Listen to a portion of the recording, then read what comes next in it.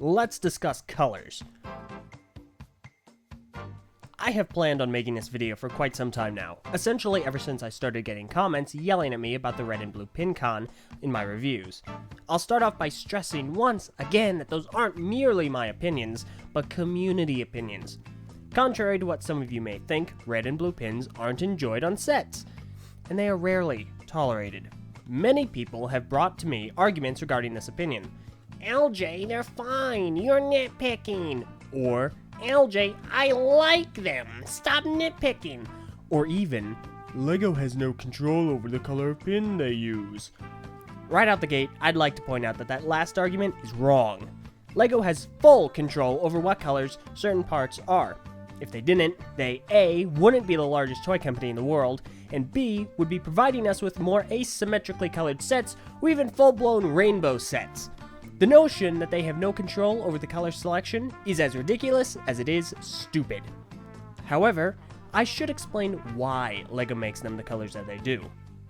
In Bionicle, blue pins started showing up in sets around 2003, with red pins showing up around 2006. Before that, most Technic-built or related sets used two colors, and then a neutral color for their color scheme. The neutral color was most often gray or black. During these times, the pins were mostly black. The issue that apparently arose happened to be that children were having a hard time figuring out which pin was which, as despite appearing and functioning differently, they were small enough to be hard to distinguish. As such, they were split into two colors, red for axles and blue for pins. The reasoning makes sense, and LEGO does something similar today with construction bone pieces, making certain parts gray and others standard black. It helps less experienced builders differentiate between pieces and allows for an easier time finding and building any given set. That is not why a decent part of the community, including myself, dislike their inclusion. The primary argument against them is the breaking of any given set's color scheme, and this is where I come in to explain why this happens. However, in order to do that, I'll need to go over a few concepts in color theory. Let's begin with the most common term in relation to Bionicle sets. Color scheme.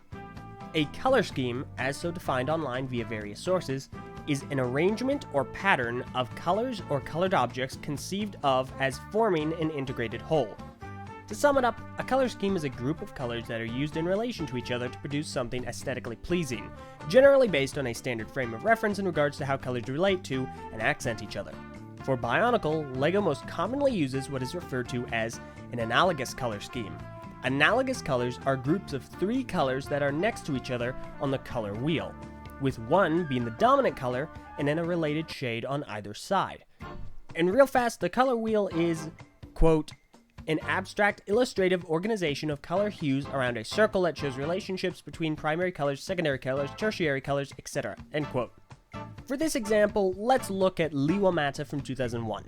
Liwa's primary color is green, or a shade of green, with his secondary color being a shade of chartreuse green. On the color wheel here, we see those colors are right next to each other. This makes Liwa an obvious user of an analogous color scheme. Obviously enough, not every set follows this pattern. While it's common, it's not the law of colors that LEGO abides by. They also tend to incorporate, quote, complementary colors into their sets. While I use that term, a more popular designation for these colors would be opposite colors. The best example for these would be azure, blue, and orange, or blue and yellow. Opposite colors are easy to figure out as they're just the colors opposite each other on the color wheel. LEGO wasn't often known to use opposite colors in their earlier sets, sticking somewhat strictly to an analogous color scheme.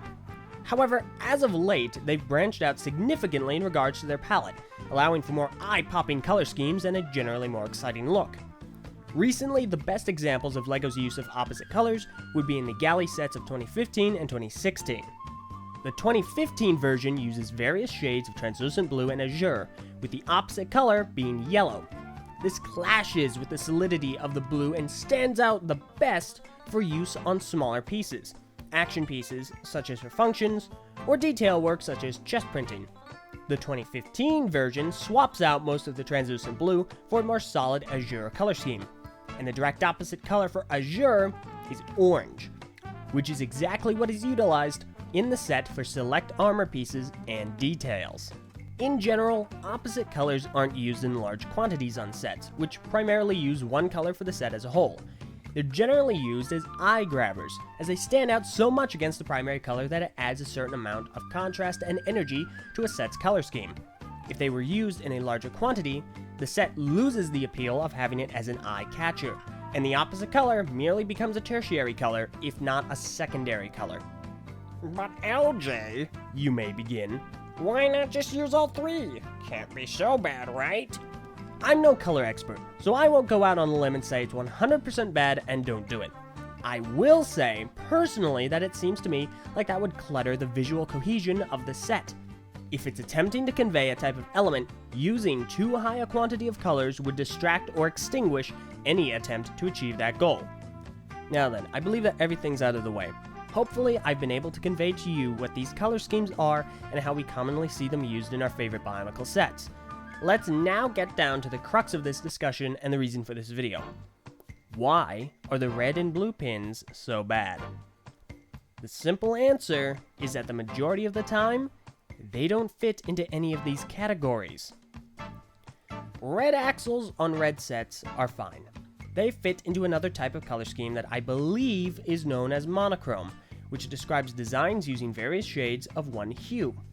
Basically speaking, shades of red with shades of red is not a deal breaker. Blue pins on a blue set aren't either. However, on the majority of the sets aside those two that LEGO release in the Bionicle line, these red and blue pins do not match up with any of these color schemes. They're not analogous, as they're from separate groups in the color wheel. They're not monochrome, as they're not from the same hue. And they're not opposite colors. Red is to cyan, sure. However, red pins on sets that use cyan aren't there to grab attention or to contrast the set. They're there to be easily found and used, and when presented on the finished model, end up looking out of place due to their limited number, small size, and very likely the presence of an opposite color already in use. They end up becoming polka dots in most cases. And at this point in time, I haven't seen a place where red and blue are opposite colors, or are opposite colors to the main hues that Bionicle contains, aside from red and blue. And this is why they're an issue, because they clutter pre-existing color schemes that have been researched, play-tested, and constructed to convey a particular element or design. They are the outliers. They stick out not because LEGO wanted it, but because it was required for ease of use. Now, does this mean they will break a set, or that LEGO needs to immediately reverse their use of these pin types in these colors?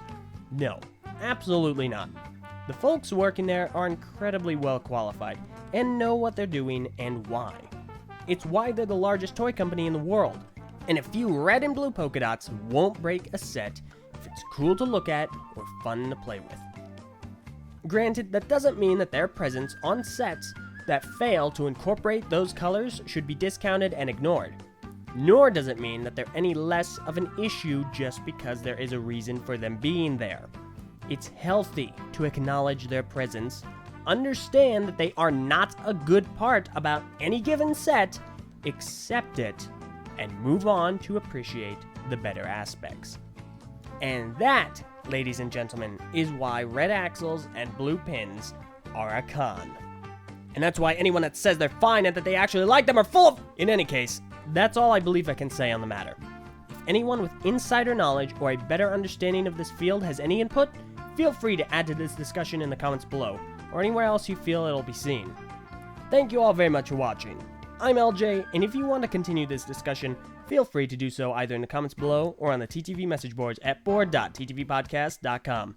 And if you wish to support us, then we highly encourage you check us out on Vessel at vessel.com/the TTV channel. Thanks for watching, and farewell.